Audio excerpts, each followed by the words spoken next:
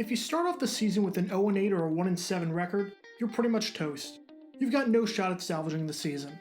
Teams have come close. I made a video about the 2006 Titans who started 2-7 and then somehow almost made the postseason if you want to take a look at that in the upper right corner. But you're pretty much done, and you're looking forward to the draft. But what if that wasn't the case? What if at the midway point in the season, all the records reset so that the first and the second halves of the season counted separately, and you could play a split season? Turns out, this almost happened. This is the story of how the NFL almost had a split season. Before talking about the proposal and the background behind it, it's important to understand what exactly a split season is. This is something you see a lot of in minor league baseball and in Latin American soccer leagues. In minor league baseball in most leagues, the full season is split into two sections. At the end of the first half, whoever wins the division automatically makes it to the postseason. Then the records reset, and the second half is played.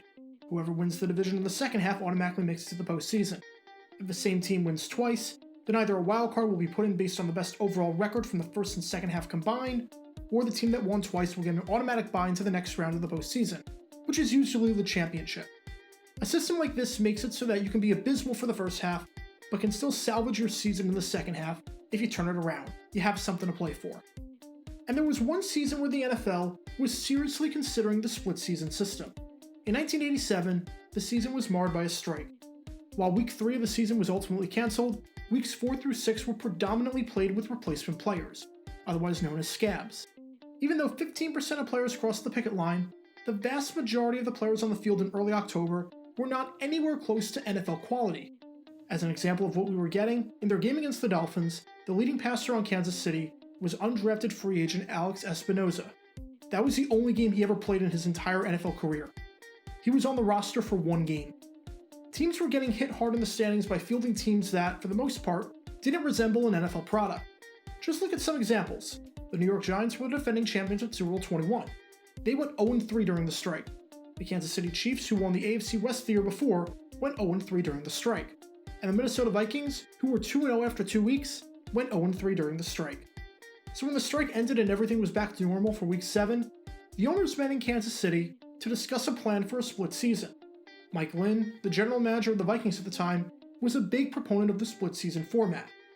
Not much is known about this plan, but what we do know is that if this passed, the season would have been split into two halves, presumably with the midway point being Week 8, or 7 games in since Week 3 was cancelled and there were no byes back then. And the postseason would be expanded from 5 teams in each conference to 6.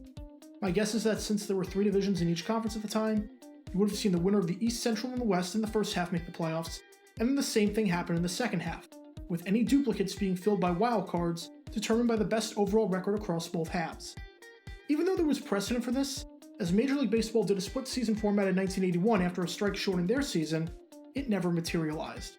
Broncos owner Pat Bowlen said that he didn't want it, and that he wanted this to be a full season. And Vikings GM Mike Lynn, who was the biggest advocate for this format, said that the proposal was dead before it even hit the floor of the owners' meetings. Hypothetically, if the split season were to happen, every team that made the postseason in real life still makes it.